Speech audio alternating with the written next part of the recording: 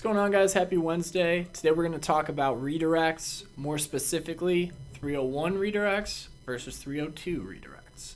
The 301 redirect is what's known as a permanent redirect. The 302 is what's known as a temporary redirect. And there are situations for both, but most of the time there's a pretty clear choice as far as the answer. Before we get into redirects totally, I do want to say that it's best for you to not use redirects at all whenever possible. In an ideal world, you create your website and you have these beautiful, magnificent, readable to human URLs that have the keywords that you're looking for in regards to the page and trying to rank for SEO purposes. You're going to have all that in there, but you don't want your URLs stuffed with keywords. You don't want them to be substantially long. You want them to be quick, easy, to the point, organized. If you've got a specific category before you have the page name, that's great too. It helps people sort, but really avoid redirects if you can. Now, when you do use redirects, and some situations for this might be you're migrating your Magento site to Shopify, you're coming from a really old CMS to WordPress, maybe all your URLs had .html at the end. Maybe all your URLs had .aspx at the end. With the new site, by default, it might change all those URLs, and usually those changes are for the better. They're more readable to humans. They're like that for a reason. But if they're different and you migrate your entire site over and you don't put redirects in, you're going to see a big drop in rankings. So you want to avoid that. When you do migrate a website over, you always want to use 301 redirects, which is the permanent redirect I talked about earlier.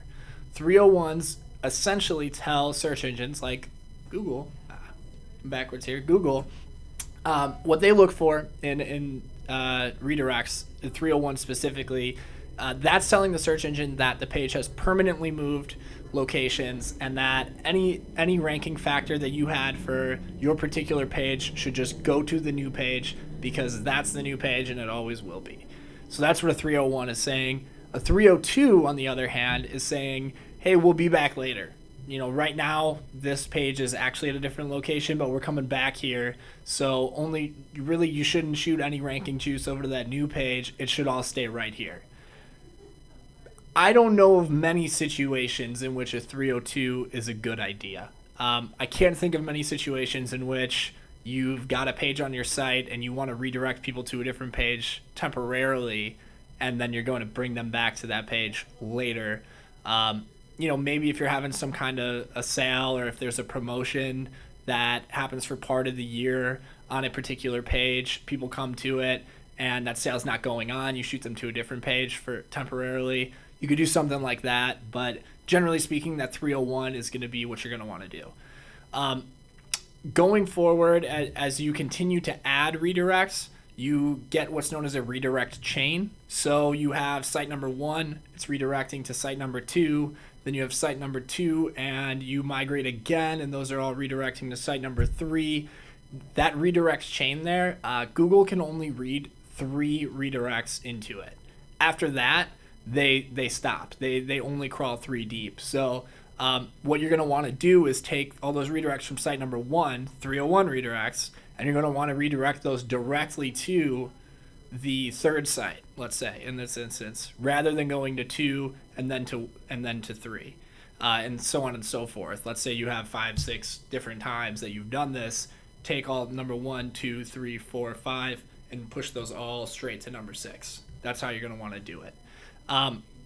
Redirects are kind of easy to set up, especially in CMS like WordPress. There are different plugins that do it for you. If you search for redirect plugins, you're going to find a bunch of them. One common one is Redirection. That one's pretty good. Yoast SEO also does it in the premium version, I believe, so you would have to upgrade and pay for it. It's not really that expensive though, so it might be worth it if you use Yoast. It's a really good free plugin. I would recommend it either way, even if you're not doing redirects. It's just really good for SEO overall. But there you have it. Those are 301 and 302 redirects. Don't use 302s if you're concerned about SEO. Really stick to those 301s and you're going to be all right. Don't have redirect chains either. Thank you.